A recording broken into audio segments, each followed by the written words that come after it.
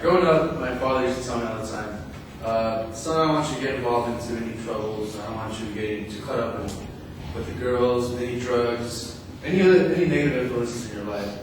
And I used to be like, yeah, Dad, estás loco in Spanish, which basically means you're crazy. Unfortunately, as time progressed, I realized that what he was telling me for a reason. Which is why I agree with the quote that I have today, which states, by the time a man realizes that maybe his father was right, he usually has a son who thinks he's wrong. By Waxworth. It was exactly today, a week ago, around 2 a.m. in the morning. I got in a very serious car accident that left my car totaled, and luckily I was able to walk away. Even the CHP officer let me know that I was a lucky man. I hit the freeway wall at 85 miles an hour, completely destroyed my car. He let me know. The bad thing about it was that I was coming home from, of course, a Halloween party, 2 a.m. in the morning. Now that I look back at that, I look at it, and if I would have taken my father's advice, and I got out, be out that late at 2 a.m. in the morning on the school night before meeting Sunday night, I could have avoided that. I really could have. And till today, I think about it, I go back and ponder on that. I'm like, man, if I would have listened to my father's advice, which he still gives me today about the same things, to avoid any sort of unnecessary partying, I guess you can say, I could have avoided that accident. Also, being my father, the great person that he is, and me not having the great communication that me and him have, I just don't want to make it to the point where he's not around anymore, where I won't be able to say that he was right in any of the advice he's giving me. He has recently became ill, and just if he wouldn't be around, and let's say after bed he wasn't here tomorrow morning, and I had not spoken to him in any way, I probably won't be able to live with myself with that guilt, knowing that me and him did not have the great communication that I wish we did. But besides that, the advice that my father gives me is something that I need to take into consideration, and everyone needs to take into consideration, knowing that the elderly have more wise, more life experience than we do, the young. Which is why I firmly believe that if we take the elderly's advice, we can prevail in any sort of situation, whether it be with life, personal problems, any sort of situation. I do believe that knowledge is gained from the elderly. Thank you.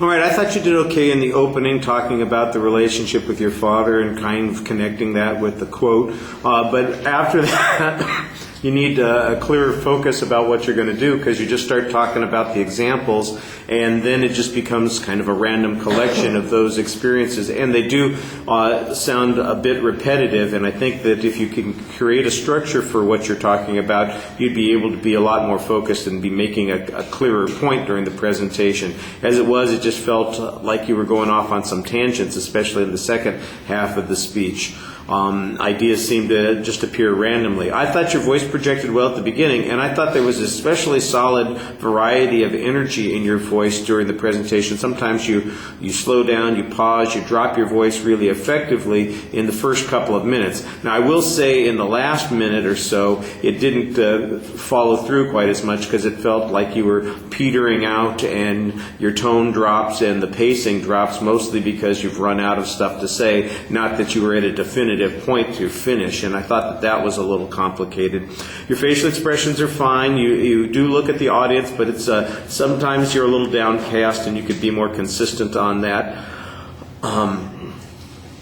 Like I said, you sounded a little bit uncertain in the last minute of the speech, and as a consequence, it doesn't finish off with an involved, forceful presentation. It sounds a lot more tentative as a consequence. All right, thank you.